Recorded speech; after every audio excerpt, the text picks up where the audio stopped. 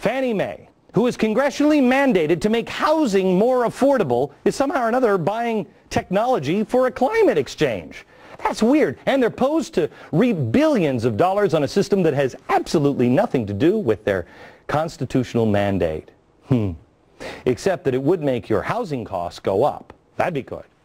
Remember when Fannie purchased risky mortgages from banks and then bundled them all together and sold them to as investors as mortgage-backed securities? Remember, in fact, that's what Chris Dodd said. We got to stop all of this crazy stuff, all the bundling. You know what's weird? That destroyed the housing market. Sure. The guy who did that, former Fannie VP Scott Lesmis, he's the one responsible for the bundling. Here's the good news.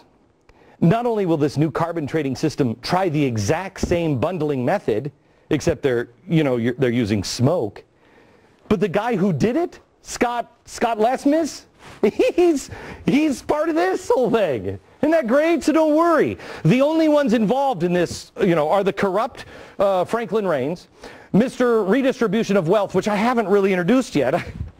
This guy, Barack Obama. But I'm sure he knew nothing about it. He's not involved. I'll erase this line right here, I'll tell you that.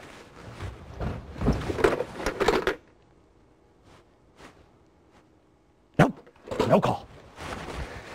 Barack Obama, Franklin Raines, Al Gore, Mr. Profiteer, that's great. And all the people who the House and Senate are currently saying are the bad guys, the Goldman Sachs people. Wow, this is going to work out great. Much to your advantage. Not these guys, not their advantage. No. Or these, who we don't even really know who that. Forget about them. You know what, America? Last week, I started asking the question, why this? Why this? Why is nobody speaking out that this is the beginning of global government?